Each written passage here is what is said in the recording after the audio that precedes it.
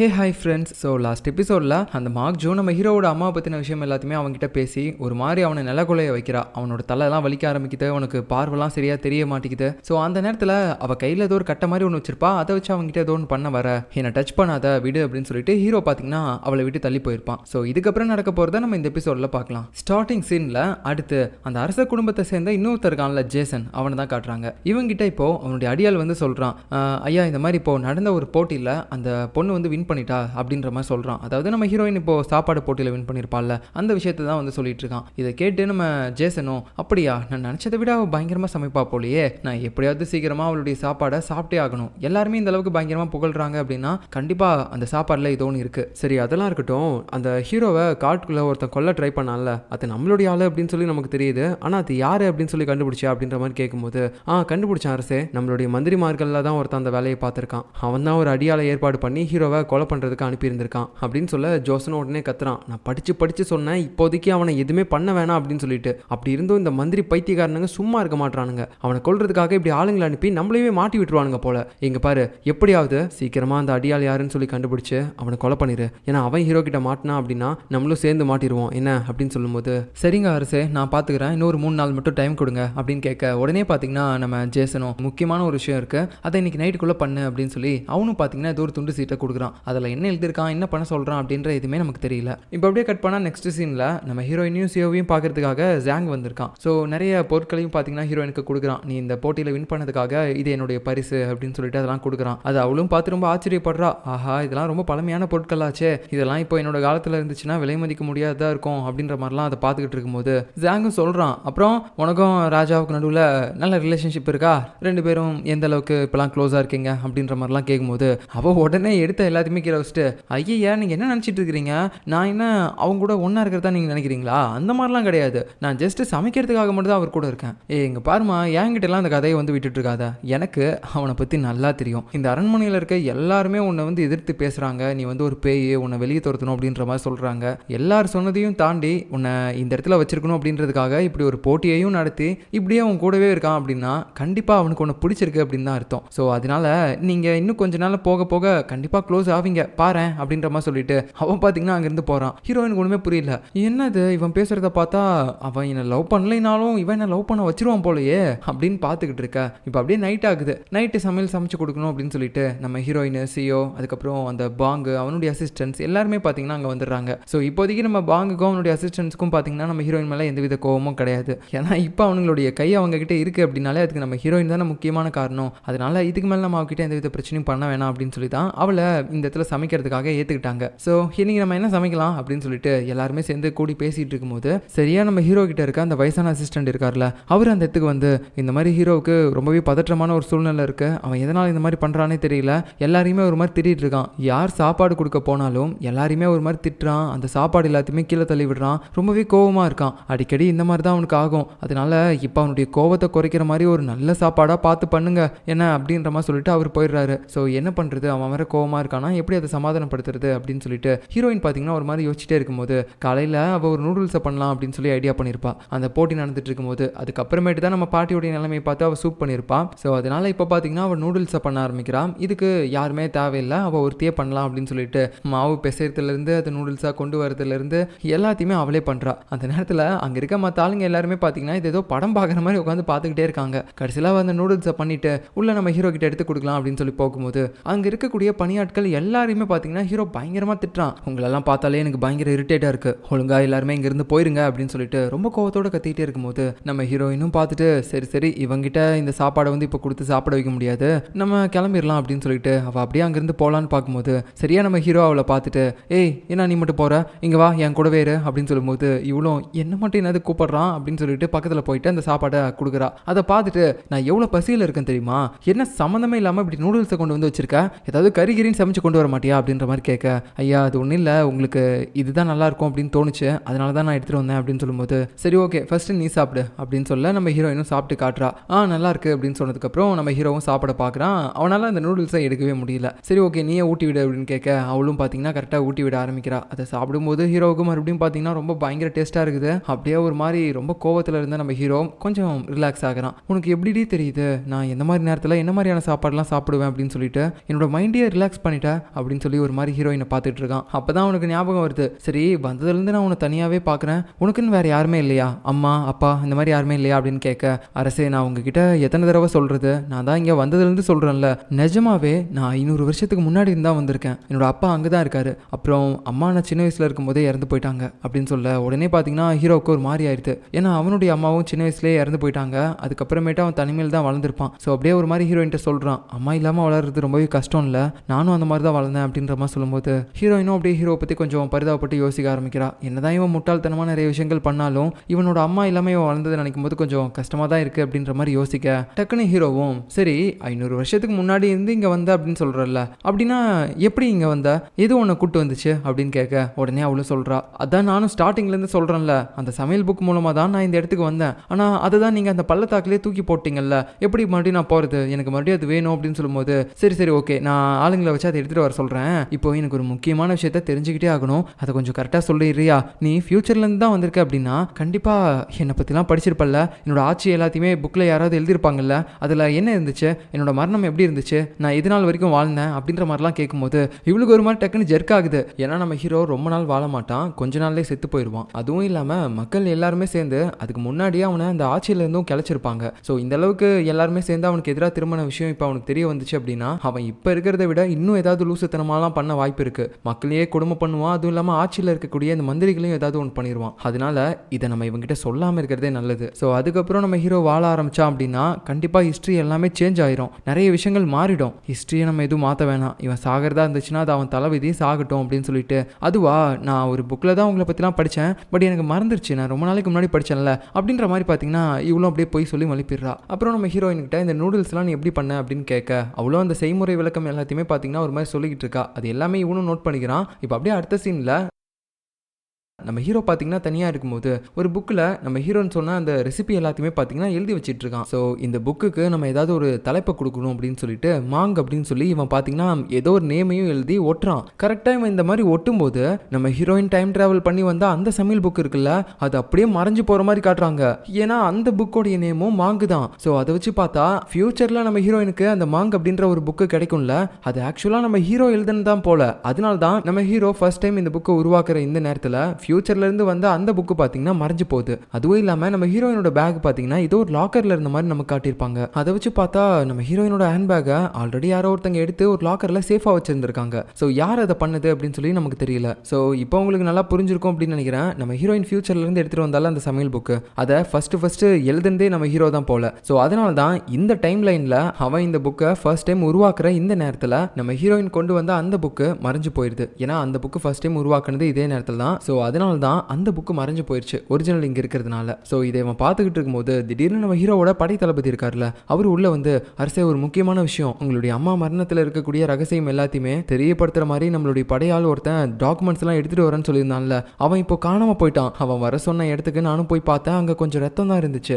அவனுக்கு ஏதோ அடிபட்டிருக்கு போல. ஸோ அதை கேட்டோடனே ஹீரோவுக்கு ரொம்ப கோவம் வந்துருது. என்னோட அரண்மனையில் என்னுடைய ஆளையவே அட்டாக் பண்ணுறதுக்கு ஒருத்தர் இருக்கானா, யாரு எனக்கு எதிராக இருக்கிறது யாரு அப்படின்னு சொல்லி நம்ம ஹீரோ பார்த்தீங்கன்னா இங்கே குழப்பத்தோட யோசிக்கிறான். ஸோ இதுக்கு முன்னாடி நம்ம ஹீரோ கிட்ட ஒரு துண்டு சீட்டில் யாரோ ஒருத்தன் மெசேஜ் அனுப்பியிருப்பான். அதை பார்த்தோன்னே நம்ம ஹீரோவும் பார்த்தீங்கன்னா மைண்டில் யோசிச்சுட்டு இருந்திருப்பான்ல, என்னோட அம்மா மரணத்தில் இருக்க ரகசியம் எல்லாமே எனக்கு தெரிய போகுது அப்படின்னு சொல்லிட்டு. அது ஆக்சுவலாக என்னுடைய படையால் தான் ஒருத்தன், அவன் தான் வந்து அந்த ரகசியம் எல்லாத்தையுமே நிரூபிக்கிற மாதிரி ஏதோ டாக்குமெண்ட் எடுத்துட்டு வரேன் அப்படின்னு சொல்லியிருப்பான் போல. இப்போ அவனை தான் காணோம், யார் அட்டாக் பண்ணாங்கன்னே தெரியல அப்படின்னு சொல்லி இவங்க எல்லாருமே பார்த்தீங்கன்னா ஒரு குழப்பத்தோடு இருக்காங்க. அதுவும் இல்லாமல் நம்ம ஹீரோ பார்த்தீங்கன்னா உடனே அவனுடைய அரண்மனையில் இருக்கக்கூடிய எல்லார பற்றியும் யோசிச்சு பார்க்க ஆரம்பிக்கிறான். அவன் பாட்டி, அந்த மந்திரி ஆட்கள், இவங்க எல்லாரும் பற்றியும். இவங்க எல்லாருக்குமே என் அம்மா இறந்து போனதில் இருக்க ரகசியம் பற்றி தெரிஞ்சிருக்கு, ஆனால் யாருமே என்கிட்ட வாயை திறந்து சொல்ல மாட்டாங்க. இதை பற்றி நானே கண்டுபிடிக்கலாம் அப்படின்னு நினச்சாலும் யாரோ ஒருத்தன் இதை கண்டுபிடிக்க விடாமல் என்னை தடுத்துக்கிட்டு இருக்கான். இதெல்லாம் ஏன் பண்ணுறாங்க அப்படின்னு சொல்லிட்டு ஒரு மாதிரி ரொம்ப தலைவலியோடு இருக்கான். அதுக்கப்புறம் அவனுடைய வயசான அசிஸ்டன்ட் இருப்பாங்கல்ல, அவங்க கிட்ட வந்து சொல்கிறான், இந்த மாதிரி எனக்கு குடிக்கணும் போல இருக்கு, சரக்கு ரெடி பண்ணுங்க அப்படின்னு சொல்லும்போது அவரும் ரெடி பண்ணி வைக்கிறாரு. அப்புறம் நம்ம ஹீரோ பார்த்தீங்கன்னா பயங்கரமாக குடிக்கிறான், தலைக்கு போதை ஏறுது அவனுக்கு.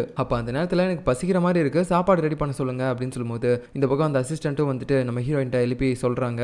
அவளும் பார்த்தீங்கன்னா ஒரு மாதிரி ரொம்ப கோபத்தோடய எந்திரிக்கிறா. இந்த பைத்தியக்காரனுக்கு எப்பெல்லாம் பசிக்கும்னு சொல்லி ஒரு விவஸ்தை இல்ல, இந்த மாதிரி இல்லாம பண்ணுவான் அப்படின்னு சொல்லிட்டு ஒரு மாதிரி கோவத்தோடய கிச்சனுக்கு போயிட்டு டம்மு டம்முன்னு எல்லாத்தையுமே நறுக்கி அப்படியே பாத்தீங்கன்னா அவ சாப்பாடு ஆக்கிட்டு வரா. வந்து நம்ம ஹீரோ கிட்ட கொடுக்கலாம் அப்படின்னு சொல்லி பார்க்கும்போது அவன் ஆல்ரெடி நல்ல போதல்ல, ஸோ அப்படியே ஒரு மாதிரி விழுந்துட்டான் கீழே. அதுக்கப்புறம் இவளும் அரசே என்னாச்சு உங்களுக்கு, எந்திரிங்க சாப்பாடு கொண்டு வந்திருக்கேன், எதுக்காக இந்த அளவுக்கு குடிச்சிங்க அப்படின்ற மாதிரி சொல்லி அவனை எழுப்ப ட்ரை பண்றா. ஆனா அவன் பாத்தீங்கன்னா எந்திரிக்கவே இல்லை. உடனே இவளுடைய கையை பிடிச்சி கீழே அப்படியே இழுத்து போட்டுறான். அதுக்கப்புறம் அவளுக்கு ஒரு மாதிரி ரொம்ப ஷையா இருக்குது, இவர் எதுக்காக இப்போ இந்த மாதிரிலாம் பண்றாரு அப்படின்னு சொல்லி யோசிச்சுட்டு இருக்க டைம்ல அவன் அப்படியே நம்ம ஹீரோயின் பக்கத்துல வந்து அவளை கிஸ் பண்ணவும் செஞ்சிடறான். அப்படியே அவளுக்கு ஒரு மாதிரி பயங்கரமா ஷாக் ஆயிடுச்சு. இதோடய இந்த நைட்டு முடியுது. அடுத்த நாள் காலையில நம்ம கிச்சன்ல பாத்தீங்கன்னா ஹீரோயின் டம்மு டம்முன்னு போட்டுக்கிட்டு ஒரு கட்டையை வச்சு கருவாடை தட்டிக்கிட்டு பொடி பண்ணிக்கிட்டு இருக்கா. ஸோ இவ பண்ற விதத்திலேயே தெரிஞ்சிருது மற்ற எல்லாருக்குமே இவ ஏதோ ஒரு பயங்கரமான கோவத்தில் இருக்கா, அது என்னன்னு தெரியல அப்படின்னு சொல்லிட்டு ரொம்ப முடிச்சுட்டு இருக்காங்க. அந்த நேரத்தில் நம்ம பாங்கோவனுடைய அசிஸ்டன்ட்டும் வந்துட்டு எம்மா என்னாச்சு உனக்கு, அந்த மீனை இப்படிலாம் போட்டு தட்டக்கூடாது, கொஞ்சமாக தான் தட்டணும் அப்படின்ற மாதிரி அவனுக்கு வேற வந்து அட்வைஸ் கொடுக்க ஹீரோயின் பார்த்தீங்கன்னா அப்படி பேய் மாதிரி திரும்பி பார்க்குறா. அவன் நைட்டு முழுக்க சரியா தூங்க கூட இல்லை போல. அவளுடைய கண்ணும் பார்த்தீங்கன்னா ஒரு மாதிரி கருப்பாக இருக்குது. இவ பார்க்குற பார்வை பார்த்து மற்றவங்க பயந்துகிட்டு இருக்காங்க. ஐயோ இவளுக்கு என்னாச்சுன்னு தெரியலையே, பேய் இது பிடிச்சிருச்சா அப்படின்னு சொல்லிட்டு. ஸோ அதுக்கப்புறம் மறுபடியும் பார்த்தீங்கன்னா ஹீரோயின் அப்படியே போட்டு ஒரு மாதிரி தட்டிட்டு இருக்கா. போதும், இதுக்கு மேலே நான் இதை பண்ண விரும்பல, இதுக்கு மேலே என் கையாலே என்ன பிச்சு சாகடி போகிறேன் இந்த மீன் எல்லாத்தையுமே அப்படின்னு சொல்லிட்டு ஆல்ரெடி செத்த மீனையே பார்த்தீங்கன்னா இவ போட்டு கிழிச்சிக்கிட்டு இருக்கிறா. நல்லா நம்ம சியோக்கெல்லாம் பயமா இருக்குது. ஐயோ இவளை இந்த மாதிரிலாம் நான் பார்த்ததே இல்லையே, ஏன் இப்படிலாம் பண்ணுறா அப்படின்னு சொல்லிட்டு. ஸோ என்னதான் ஹீரோ மேலே கோவம் இருந்தாலும் அவனுக்கு இவ சமைச்சு தானே ஆகணும். ஸோ உடனே பார்த்தீங்கன்னா சமையல்லாம் பண்ணிட்டு அவனுக்கு எடுத்துகிட்டு வந்து கொடுப்பா. அந்த நேரத்தில் நம்ம ஹீரோ பார்த்தீங்கன்னா ரொம்ப தலைவலியோட இருக்கான். அவனுக்கு நேற்று நைட்டு என்ன நடந்துச்சு அப்படின்றதே தெரியல. ஸோ நம்ம ஹீரோயின் உள்ள வந்து பரிமாற வரும்போது அவளுடைய வாயெல்லாம் பார்த்தீங்கன்னா ஒரு மாதிரி அப்படியே க்ளோஸ் பண்ணிட்டு வந்துட்டு இருக்கா. மறுபடியும் இந்த பைத்தியக்காரன் ஏதாவது பிடிச்சி கிசுகித அடிச்சுக்க போறான் அப்படின்ட்டு. அப்புறம் இவ உள்ள வந்து ஒரு சூப் மாதிரி வைக்கிறா. அதாவது நைட் ரொம்ப குடிச்சாங்கன்னா அதுக்கு இந்த சூப்பை வந்து கொடுப்பாங்க அப்படின்னு சொல்லிட்டு. ஸோ உடனே பார்த்தீங்கன்னா அந்த சமையலில் டேஸ்ட் பண்ணி பார்க்கக்கூடிய ஒரு லேடி இருப்பாங்களா, அவங்களும் சாப்பிட்டு பார்த்துட்டு டேஸ்ட் நல்லா இருக்கு அப்படின்னு சொல்ல நம்ம ஹீரோவும் பார்த்தீங்கன்னா உடனே அப்படியே எடுத்து சாப்பிட ஆரம்பிக்கிறான். சூப்பராக இருக்கே, எப்படி பண்ண அப்படின்னு கேட்க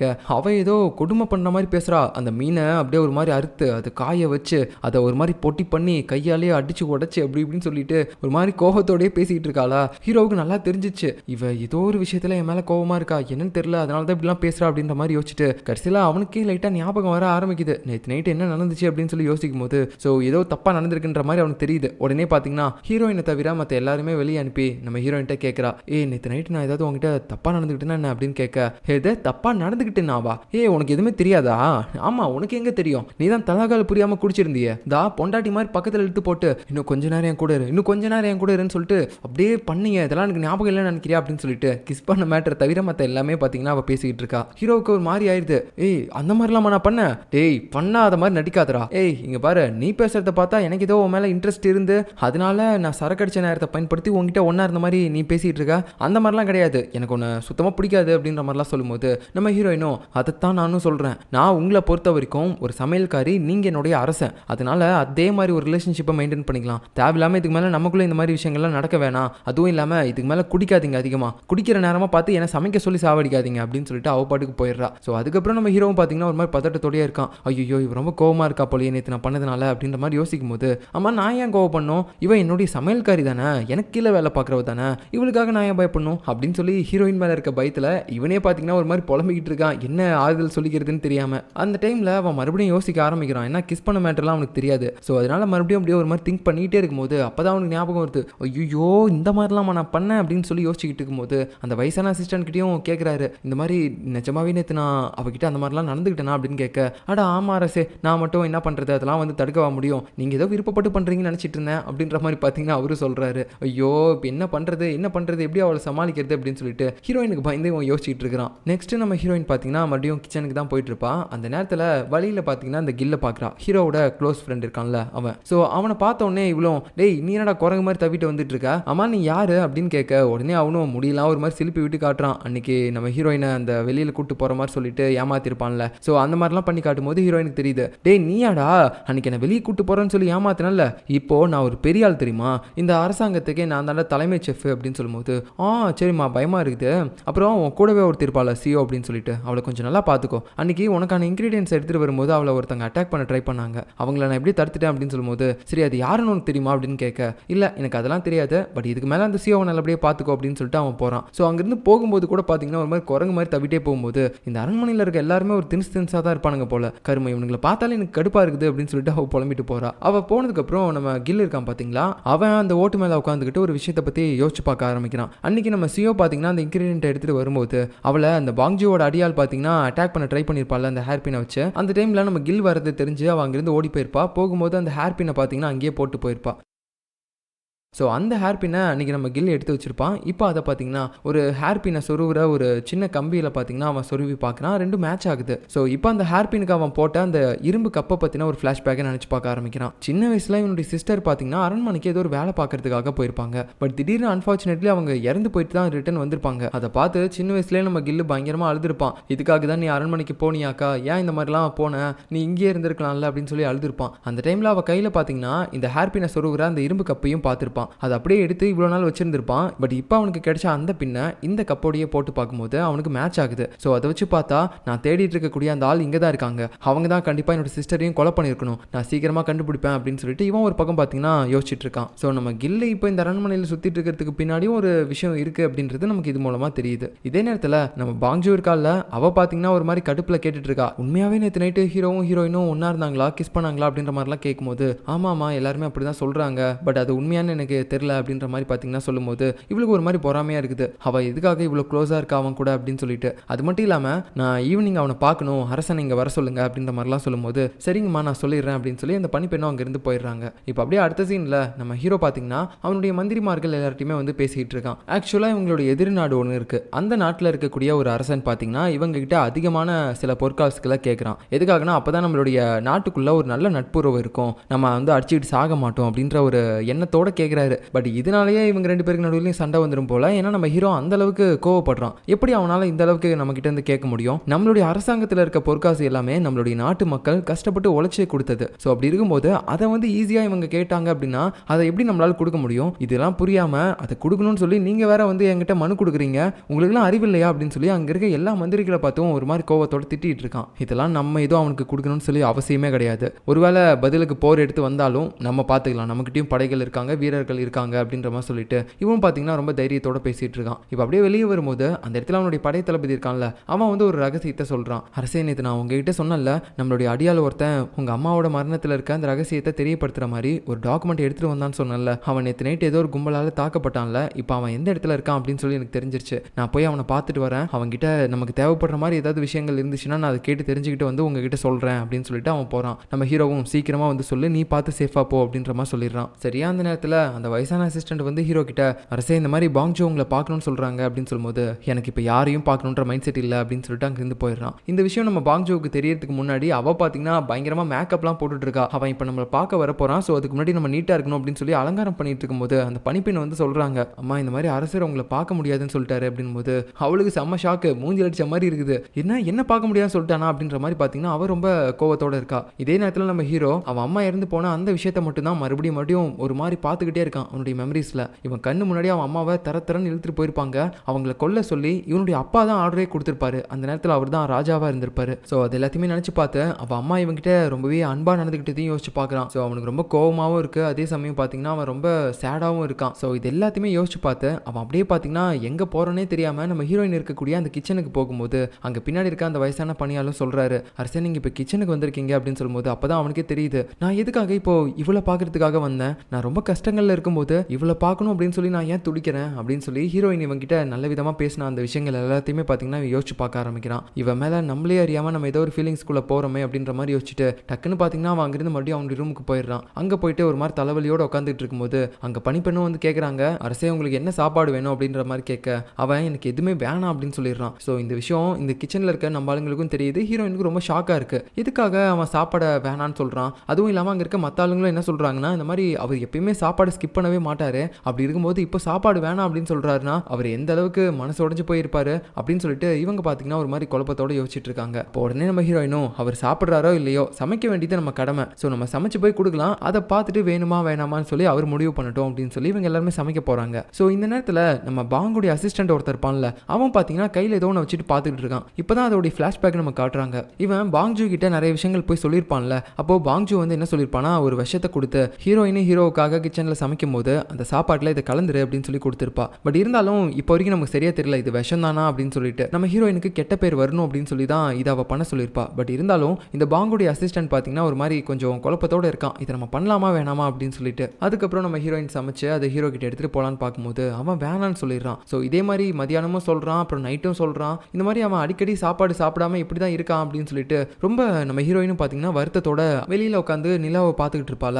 அப்போ அந்த நிலாவில் கூட நம்ம ஹீரோவோட மூஞ்சி தான் தெரியுது. ஐயோ நான் இதுக்காக இப்போ இவனெல்லாம் இந்த மாதிரி நினச்சி பார்த்துட்டு இருக்கேன், எனக்கு பைத்தியம் தான் பிடிச்சிருக்குது. ஃபர்ஸ்ட் இவன் சாப்பிட்டா என்ன சாப்பிடாட்டி எனக்கு என்ன, நான் எதுக்காக அவனை நினச்சி கவலை பண்ணும் அப்படின்னு சொல்லிட்டு இவளுக்கு இவளே சமாதானப்படுத்திக்கிறா. எக்காரணத்தை கொண்டும் நம்ம ஹீரோவை பற்றி நினச்சிடவே கூடாது அப்படின்னு சொல்லிட்டு. இதே நேரத்தில் இவ்வளோ மாதிரி தான் நம்ம ஹீரோவும் ஒரு பக்கம் நிலாவை பார்த்துக்கிட்டு நம்ம ஹீரோயின் இவனுக்காக அன்பா சமைச்சு ஊட்டி விட்டது அது எல்லாத்தையுமே யோசிச்சு பார்க்க ஆரம்பிக்கிறான். மறுபடியும் ஒரு மாதிரி குழப்பமா இருக்கு, நான் எதுக்காக இவளை பற்றியே யோசிச்சுட்டு இருக்கேன் அப்படின்னு சொல்லிட்டு. அதுக்கப்புறம் தான் அவனுக்கு ஞாபகமே வருது, சரி நம்ம ஒரு நாளாக சாப்பிடவே இல்லை, இதுக்கு மேலே நம்மளால முடியாது அப்படின்னு சொல்லிட்டு அங்கே இருக்க அந்த வயசான பணியாளர்கிட்ட எனக்கு சாப்பாடு ரெடி பண்ண சொல்லுங்க அப்படின்ற மாதிரி சொல்லிடுறான். அப்புறம் நம்ம ஹீரோயினுக்கு ரொம்ப சந்தோஷமா இருக்கு. வழக்கம் போல பயங்கரமா சாப்பாடுலாம் பண்ணி ஹீரோ கிட்ட கொண்டு வந்து கொடுக்கும்போது அவனும் அதை டேஸ்ட் பண்ணி பார்த்து செம்மையா இருக்கு, உனக்கு எப்படி இந்த மாதிரிலாம் தெரியுது, எந்த மாதிரி நேரத்தில் நான் எப்படிலாம் சாப்பாடு சாப்பிடுவேன் அப்படின்னு சொல்லிட்டு அதுக்கேற்ற மாதிரி கரெக்டாக கொடுக்குற அப்படின்னு சொல்லி நம்ம ஹீரோயினை பார்த்தீங்கன்னா பயங்கரமாக புகழ்றான். அதுக்கப்புறம் அந்த சாப்பிட்ட தட்டெல்லாம் பார்த்தீங்கன்னா ஹீரோயின் எடுத்துகிட்டு வரும்போது அவளுக்கு ரொம்ப பெருமையாக இருக்கு, அரசனுக்கு பிடிச்சிருச்சு நம்ம பண்ண சாப்பாடு அப்படின்னு சொல்லிட்டு. அந்த நேரத்தில் தான் அவள் யோசிக்கிறா, நான் எதுக்காக பெருமைப்படணும், அவன் சாப்பிட்டா என்ன சாப்பிடாட்டி எனக்கு என்ன அப்படின்னு சொல்லிட்டு மறுபடியும் பார்த்தீங்கன்னா ஒரு மாதிரி பேசிட்டு போறா.